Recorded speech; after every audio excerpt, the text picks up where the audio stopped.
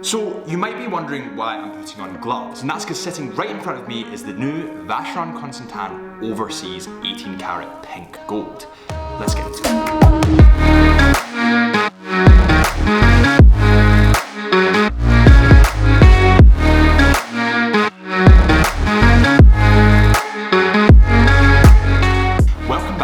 Chisholm Hunter watch vlog. Today I am in Edinburgh and I'm at the new Vacheron Constantin boutique on Frederick Street.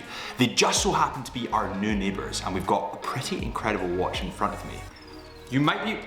How did I do that?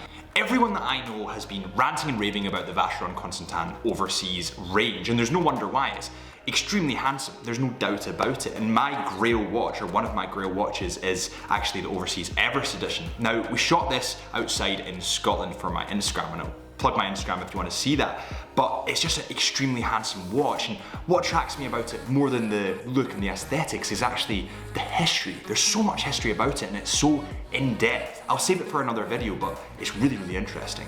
I'm actually just reading about one of my favourite photographers called David Bailey, and they have some really good books here. Anyway. So let's talk about the model that's sitting right in front of me. Let's talk firstly about the case material. It comes in 18 karat pink gold.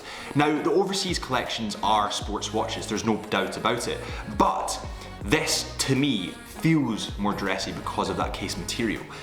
But having said that, it doesn't lose any functionality. It still remains with a sports watch functionality, even though it is that little bit more dressy. For example, it can go to 150 meters underwater, which is pretty cool for technically a dress watch. So I'm literally just gonna be 2 seconds. I'm gonna go get a coffee. Give me 2 seconds, I don't actually know where the coffee machine is. In my watch collection at the moment, I actually have around about 5 watches, and they're all sports watches, bar one that's maybe a little bit more dressy. But all of them are steel, and I've never had a gold watch. I've never worn a gold watch. It's just been that little bit more aspirational for me. And I think that what I would love to see in my collection personally is one of each metal. Imagine having platinum, imagine having titanium, imagine having steel. I would love to see all of them together. I just think that's a really cool, aspirational thing in my life. But I'd love to know what you think. Do you think that having a gold watch would complete the collection, or would you tend to lean towards steel? Let me know in the comments. But anyway, I'm going totally off topic. Back to this model in particular. The case actually comes in at 41 millimeters. Now, to me, that's probably the perfect dimensions. I feel that when you verge on the 43 kind of mark for my slightly slimmer wrists, it just doesn't sit as well. Then when you go probably down the way to around about 38, it's just that little bit too small. So this catches it right in the middle at 41, and it wears pretty perfectly. The lug-to-lug comes in at a pretty compact 48.7 millimeters, and the thickness comes in at around 11 millimeters, so it does sit quite slim. My wrists come in at about 6.5 inches, so a little bit under the average. I have quite slim wrists, and this fits pretty perfectly. It sits really, really close to the wrist, which I like, and it's a good point of difference to my other watches. One of my favourite features about this model is the open case back. It means that you can see straight in to that beautiful movement, and we'll get onto the movement a little bit later, but for a watch lover, it is the dream. Flipping it back round to see that dial, it actually features superluminova on the hands and the indices. Now these obviously shine extremely bright in the dark and make it easier to read, so it's quite a good feature.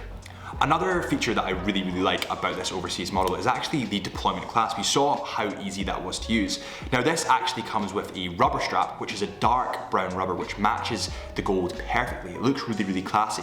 Or you can put a leather on it. You can switch it up and put the leather on it. So if you want that point of difference, you have the option. Flipping this model back over, it has a date window at the 3 o'clock mark, and it has the crown just beside that. Now, the crown doesn't have any crown guards because, well, it's more of a dressy watch.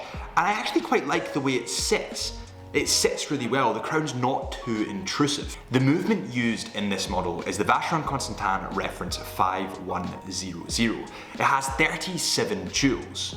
For those of you that have been watching the channel for a while, you'll know that I've talked about jewels in movements before, and basically what jewels do is they stop the metal from touching metal, and this means that there's less wear and tear, which means that the more jewels a movement has, technically the longer lasting and the better it is. This movement is of course automatic, and something you might not have known is that the oscillating weight within this movement is actually 22 karat gold. This weight was actually inspired by the wind rose, and the wind rose is a tribute to the spirit of travel. This is a personal thing for me, but you know, being a photographer and videographer and doing YouTube vlogs and my own YouTube channel and all the rest of it, I do travel a lot, so I kind of have an attachment to that. It's just a really nice touch. The movement is made from 172 parts. It stores 60 hours of power and it beats at a frequency of 28,800 VPH. Finally, it is also certified by the Hallmark of Geneva. So how do I feel about this model? How does it wear? How does the movement feel? Let's talk. In my personal opinion, Vacheron will remain a Grail watch. I don't think it would be this model, only for the fact that I do like more complications. It's not the fact that I don't like this model, it's the fact that if I were to go to a Vacheron, I would want to get the top of the top. I would want to go all the way to the top. Probably never gonna happen, but I can dream. So this wears incredibly on the wrist. It sits amazingly under a shirt or a suit. It has all the functionality of a sports watch, but it's kind of a dress watch. It's just really, really brilliant. And Vacheron's expertise in watchmaking are out of this world. Everybody knows that. But to me, if I was to get a dress watch and I was to want a real point of difference to all the other watches in my collection and also have it in gold, I would like more complications. I would go all the way to the top. I would get that tourbillon model. But I'd love to know what you would get. What is your dream Vacheron Constantin? Let me know in the comments. Right, finally, I can take these gloves off.